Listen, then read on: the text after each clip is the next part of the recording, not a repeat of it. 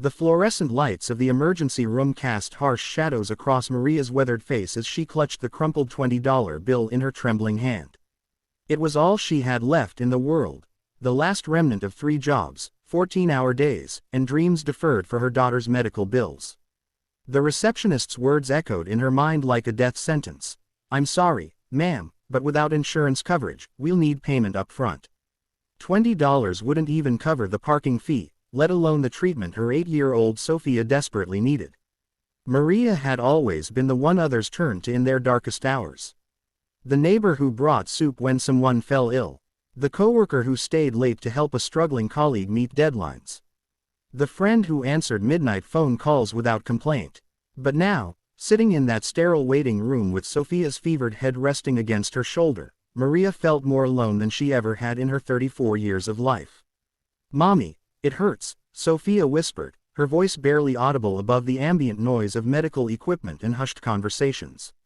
Her daughter's skin burned with fever, and the rash that had appeared overnight was spreading with alarming speed. Maria had seen enough medical dramas to know this wasn't just a common cold. "I know, Amor. Mammy's going to figure this out," Maria replied, though her own voice cracked with uncertainty. She looked around the crowded emergency room, watching families with insurance cards move efficiently through the system while she remained frozen in limbo, clutching her inadequate $20 bill like a lifeline. That's when she noticed her. An elderly woman sat 3 seats away, her silver hair pulled back in a neat bun, her clothes simple but clean. She wore the kind of cardigan that suggested countless grandchildren's hugs and the wisdom that comes from decades of living. But it was her eyes that caught Maria's attention, kind eyes that seemed to see everything, including the desperation Maria was trying so hard to hide. The woman rose slowly, her movements deliberate but graceful, and approached Maria with the careful consideration of someone who understood that pride could be as fragile as hope. "Excuse me, dear," she said, her voice carrying the gentle authority of a lifetime teacher. "I couldn't help but notice your little one isn't feeling well." Maria instinctively pulled Sophia closer, the protective gesture automatic after years of navigating a world that often felt hostile to those without resources. "She'll be fine," Maria said, though they both knew it was a lie wrapped in desperation. The woman settled into the adjacent chair, uninvited but somehow not unwelcome. "My name is Eleanor," she said simply. "I've been sitting here for 2 hours waiting for my grandson to get his broken arm looked at." She gestured toward a teenage boy across the room, his arm clearly in a makeshift sling. "Skateboarding accident. Kids these days think they're invincible." Despite her worry, Maria found herself almost smiling. "Sophia here thinks she can fly. Last week she tried to jump off our apartment balcony with a bedsheet cape." "They all do," Eleanor chuckled. "It's part of their magic, I think. The belief that the impossible is just another word for, not yet." For a moment, the weight on Maria's shoulders felt slightly lighter. Then Sophia stirred, whimpering in her sleep, and reality crashed back down. Eleanor noticed immediately. Without saying a word, she stood and walked to the reception desk. Maria watched, confused, as the elderly woman engaged in what appeared to be a lengthy conversation with the receptionist. There were gestures, nods, and at one point, Eleanor reached into her purse. When she returned, her expression was unreadable. "They're going to see Sophia now," Eleanor announced quietly. Maria's heart stopped. "I don't understand. I told them I could only." "The registration fee has been handled," Eleanor interrupted gently. "And I've spoken with Dr. Chen. He's agreed to examine Sophia and discuss a payment plan for any additional treatment." The world seemed to tilt on its axis. Maria stared at this stranger, this guardian angel in a cardigan, unable to process what had just happened. "I can't accept this. I don't even know you."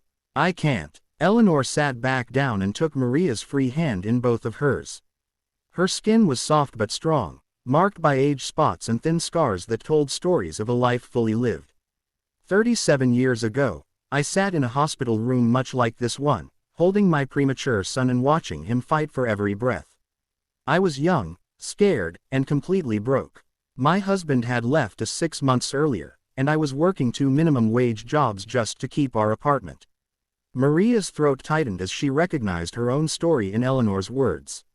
A stranger, a janitor working the night shift, saw me crying in the hallway. He didn't say much, just handed me an envelope with enough money to cover my son's medical bills for the next month. When I tried to find him later to thank him, I learned he'd been pulling double shifts to help families like mine.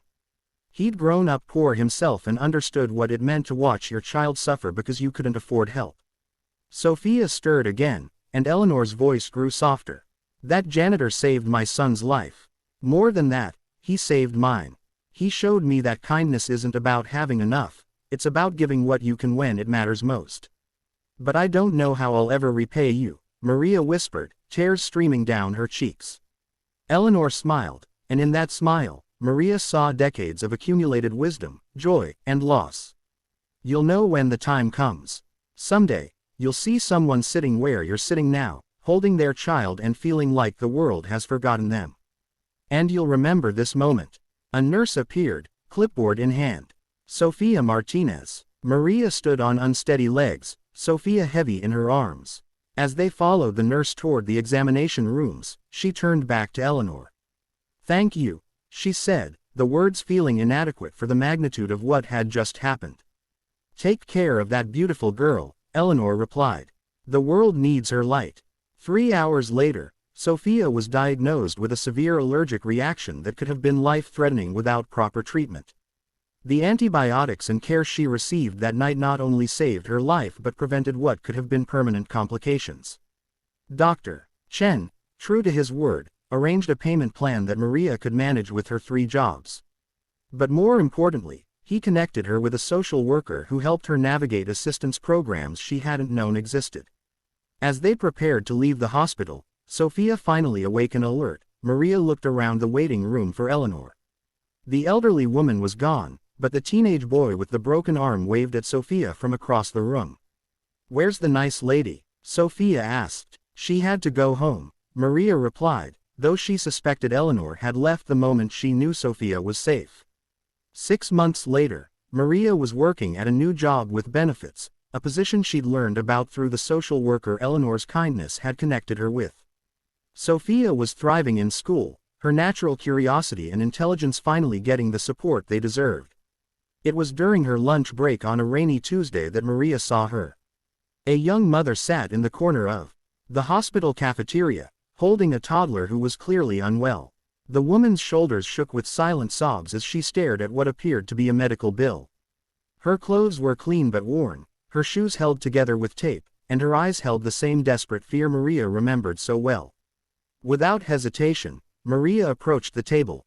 "Excuse me," she said gently, channeling Eleanor's quiet authority. "I couldn't help but notice your little one isn't feeling well." The young mother looked up, startled and defensive. "We're fine," she said quickly, though the medical bills scattered on the table told a different story. Maria settled into the adjacent chair. "My name is Maria," she said simply. "I was sitting where you're sitting not too long ago." And as she reached into her purse, Maria understood what Eleanor had meant. She would know when the time came. The circle of kindness, once broken by hardship and despair, was whole again. In helping this stranger, she wasn't just repaying a debt, she was honoring the truth that Eleanor had shown her. Kindness isn't about having enough. It's about giving what you can when it matters most. And in a world that often feels cold and indifferent, sometimes the most radical act is simply seeing someone who needs to be seen, and choosing to care.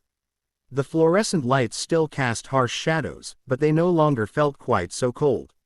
In the space between strangers becoming family, between despair transforming into hope, between one person's kindness rippling outward to touch countless lives, Maria finally understood what Eleanor had known all along. We are never truly alone as long as we remember to see each other. And sometimes, being seen is all it takes to save a life.